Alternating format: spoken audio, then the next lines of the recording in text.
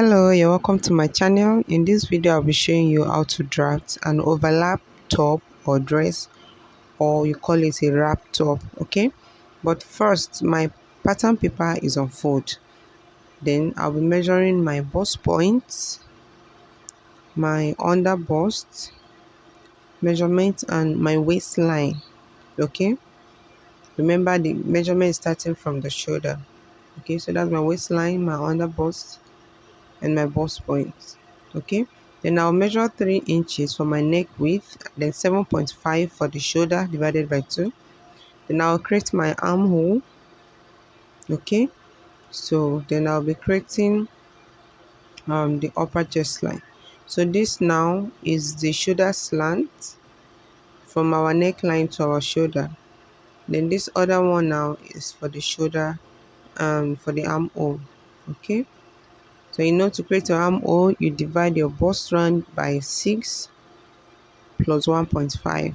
So I'm going to find the midpoint of this shoulder, midpoint of the armhole, then come in by 3/4 inch, which is 0.75 inches, in order to create this armhole curve. Okay, I found the midpoint, then come in by 0.75. Then I went ahead to mark my nipple to nipple distance divided by 2. Mine is 8, so divided by 2 will be 4. Then from my bust point, you come down by 2 inches. Then I will mark ½ inch on both sides of my dart at the waistline. Then create this like so. Okay. Then I went ahead to fix in my bust round measurement divided by 4 plus 2 inches. Then also on the waistline, I measured my waist round divided by 4 plus 2 divided by 4. Then 1 inch for that, and 2 inches for seam allowance. Sorry, the 2 inches is for seam allowance. Then I'll create the side this way. Then I use my tracing wheel to trace the whole thing out so that it will be easy for me to transfer it. You can see. So I have to open up the paper in order to have the full view of the front pattern. So this is how the front pattern is. So then also note the midpoint. So on the neckline now, for the neck expansion, I added 1 inch to the neck width. Then on the waistline, you decide where the location of the wrap is going to be. So I want this one to be somewhere that is about 2 inches after the dart. So if you like, you can place it on the dart. It depends. Then I'll mark now. So now my neck width altogether is 4 inches. So from the 4 inches, I connected it down. So I have to cancel out the parts that I want to be using. Okay, so this other part now, we are not using it. So this is the parts we're going to use. Then I went ahead to fold the fabric. It's unfold. Then you place the paper this way. So with just one paper, it will give us the 2 pieces, the both side of the front. So cut it out carefully. I added joining allowance to the down part because I'm going to be adding a skirt. So I cut it out, cut out the lining out, and also interfacing. So this is it. This is the lining and interfacing. So now I mark the wrong side of the fabric, then bringing now one of it. This is just it. We said overlapped or wrap. That's how it's going to be. So you go ahead and fix in the interfacing. Okay, so this paper is for the back. So I'll also measure my bust point, but the back pattern doesn't need to be, the paper doesn't need to be on fold. Okay, so it's just our normal basic back bodies. So that's the bust point, and the full length of the paper is my waistline. Then I measure 1 inch for zipper allowance. That's the zipper allowance. Then the neck width is 3, then 7.5 for the shoulder, then 1 inch for the shoulder slope, then also the armhole. Okay, so I just make sure that whatever you have up is the same thing you have at the upper chest line as per the shoulder.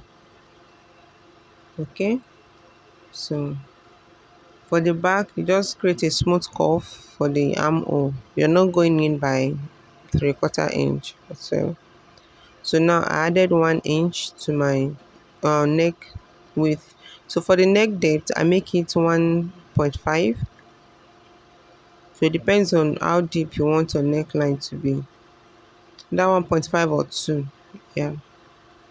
Then this is my chest line, the upper chest line. Is the line from the armhole. So now I'll go ahead and measure my dart placement, that's nipple to nipple distance. Mark it also on the chest line, but from the chest line you come down by 1 inch. Then you connect it to your waistline. That's for the back.